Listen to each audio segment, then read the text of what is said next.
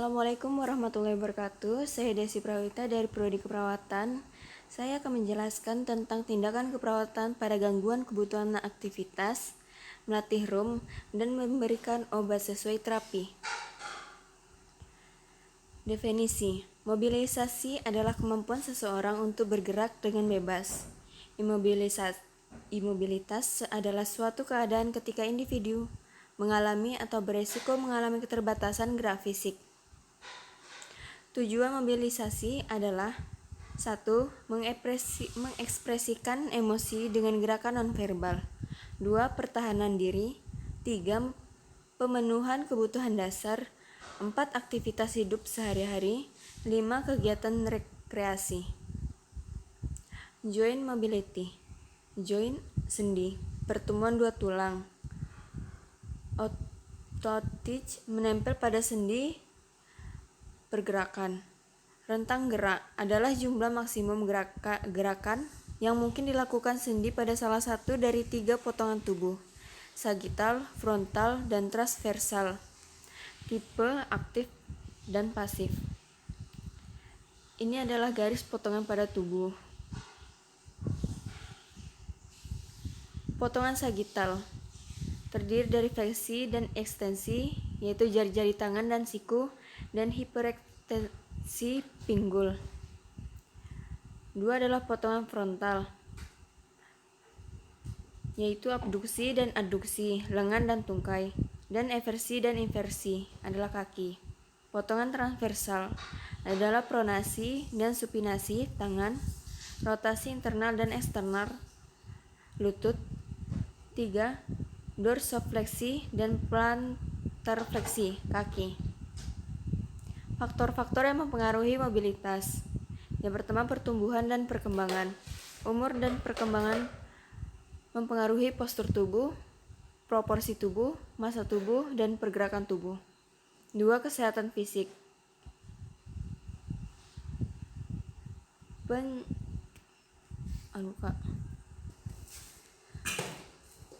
Penyakit kongenital, spinal bifida, cerebral palsy, mempengaruhi fungsi motorik.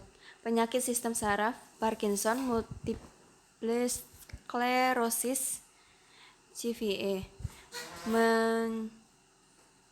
Kelumpuhan spastik flaccid, gangguan muskuloskeletal, fraktur, strain, diskolasi,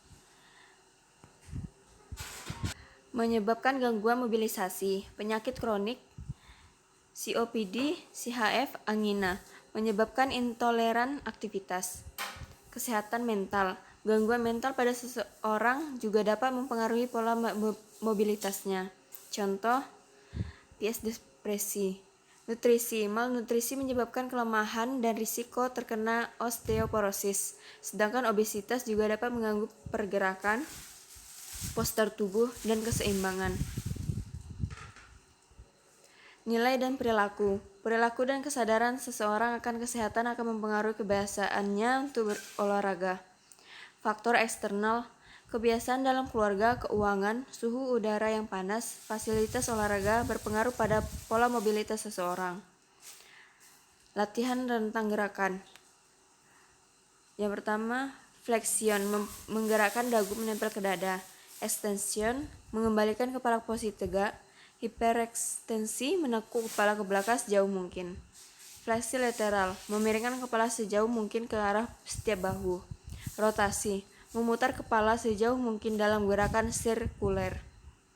Fleksi, menaikkan lengan ke posisi di samping tubuh ke depan ke posisi di atas kepala. Ekstensi, mengembalikan lengan ke posisi di samping tubuh. Hiperekstensi, menggerakkan lengan ke belakang tubuh, siku tetap lurus. Abduksi, menaikkan lengan ke posisi samping di atas kepala dengan telapak tangan sejauh dari kepala. Adduksi, menurunkan lengan ke samping dan menyilang tubuh sejauh mungkin. Sirkumduksi, menggerakkan lengan dengan lingkaran penuh. Rotasi dalam, dengan siku fleksi memutar bahu dengan menggerakkan lengan sampai ibu jari menghadap ke dalam dan belakang. Rotasi luar, dengan siku fleksi menggerakkan lengan sampai ibu jari ke atas dan samping kepala. Fleksi, menekuk siku dengan hingga lengan bawah bergerak ke depan sendi bahu dan tangan sejajar bahu. Ekstensi meluruskan siku dengan menurunkan tangan. Pronation, supination. Fleksi menggerakkan telapak tangan ke sisi bagian dalam lengan bahu. Ekstensi menggerakkan jari-jari hingga jari-jari.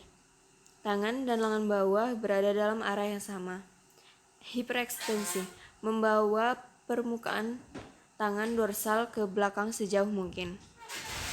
Abduksi, fleksi radial, menekuk pergelangan tangan miring medial ke ibu jari. Adduksi, fleksi ulnar, menekuk pergelangan tangan miring lateral ke arah 5 jari.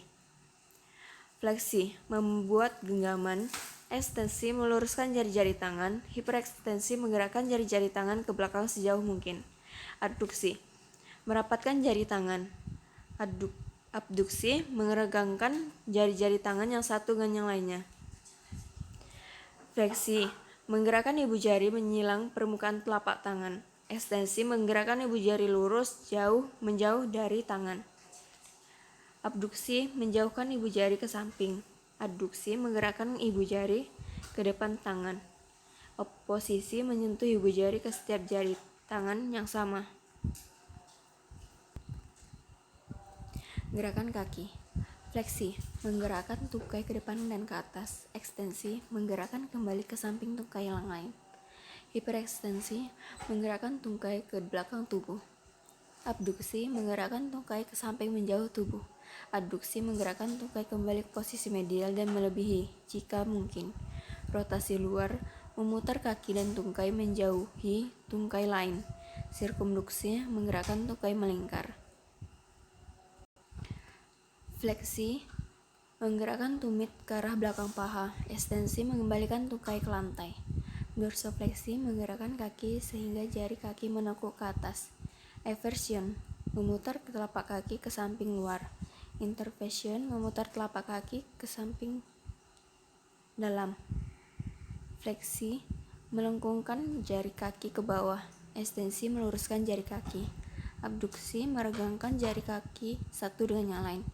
Adduksi, merapatkan kembali bersama-sama. Pemberian obat. Ada 2 jalur, yaitu jalur enteral, yang pertama oral, sublingual, bukal, rektal. Yang kedua jalur parenteral, IV, IM, dan SC. 6 benar pemberian obat. Yang pertama, benar pasien, benar obat, benar dosis, benar cara atau rute, benar waktu, dan 6 benar dokumentasi. Pemberian obat per oral adalah memberikan obat yang dimasukkan melalui mulut. Tujuan pemberian: yang pertama, untuk memudahkan dalam pemberian.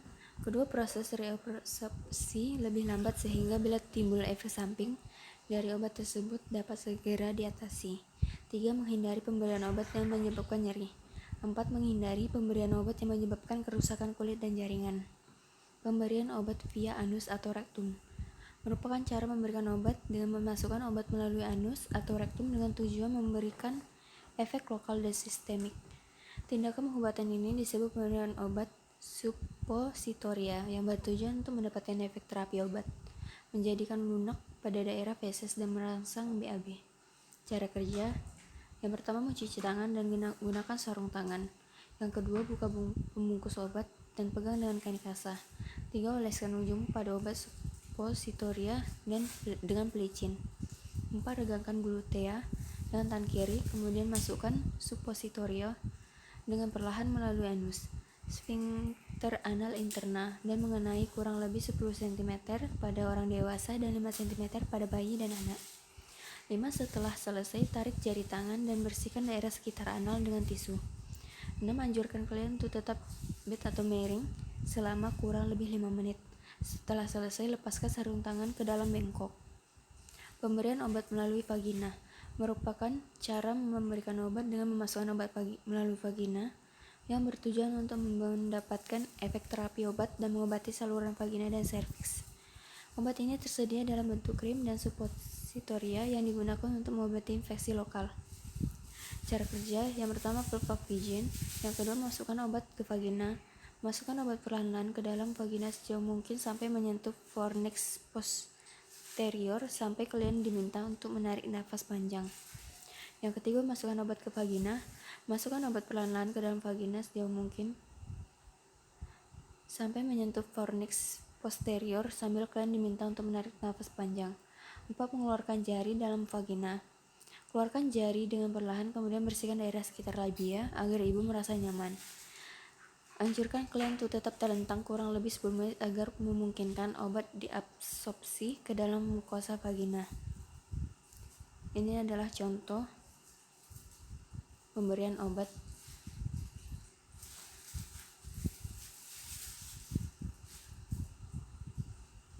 Sekian dari saya.